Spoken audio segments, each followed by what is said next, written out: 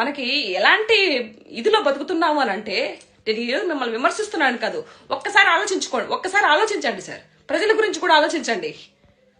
వాళ్ళేం మీకు 3 పూట్ల అన్నం మీరు 3 పూట్ల అన్నం పెట్టమని చెప్పలేదు, ఏమి చెయ్యట్లా, మీరు అన్ని ఇస్తున్నారు. ఓకే, పవిత్రంగా దేవుని దర్శించుకోవడం కోసం ఫ్రీగా వెళ్ళడానికి ఎందుకు ఇన్ని ఇది పడుతున్నారు?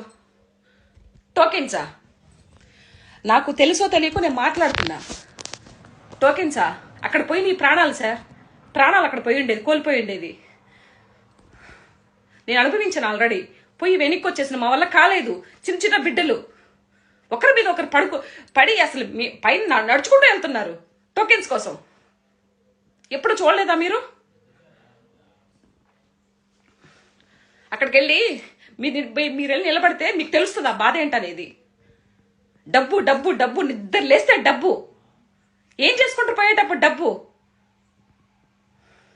పోనీ తిరుపతి వెంకన్న ఉండి రోజుకు నిండిపోతుంది కదా, లక్షల కోట్లు వస్తున్నాయి కదా, ఏం చేస్తున్నారు లక్షల కోట్లు? అయినప్పటికీ రాష్ట్రం ఇంకా దరిద్రంగా అప్పుల్లోనే ఉంటుంది. ఇన్ని కోట్ల అప్పులు, అన్ని కోట్ల అప్పులైనవి. మనిషి ప్రాణాలు పోయినా పట్టించుకోరు. నేను చూశాను ఆ క్యూలో నిలబడి దేవుడి దర్శనం కోసం 3 గంటలు, 4 గంటలు, 10 గంటలు, 12 గంటలు, 20 గంటలు, 22 గంటలు వెయిట్ చేయాలి. అది ఎమ్మెల్యే ఎంపీ వస్తే, సీఎం గాని వస్తే డర్రని పోయి డర్రని చూపించుకొని వస్తారు.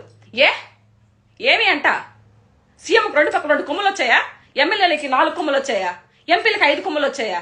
ఏమొచ్చాయి? ఏం మారింది? దిక్కుమాల సమాజాన్ని అడుగుతున్నా, నేను ప్రశ్నిస్తున్నా. అందరికి ఒకటే పెట్టండి, ఓట్లేసే ప్రజలకు ఒకటే దర్శనం పెట్టండి. మీలాంటి ముఖ్యమంత్రులకి, డిప్యూటీ సీఎంలకి అందరికి కూడా ఒకటే దర్శనం పెట్టండి. ఎందుకు పెట్టరు?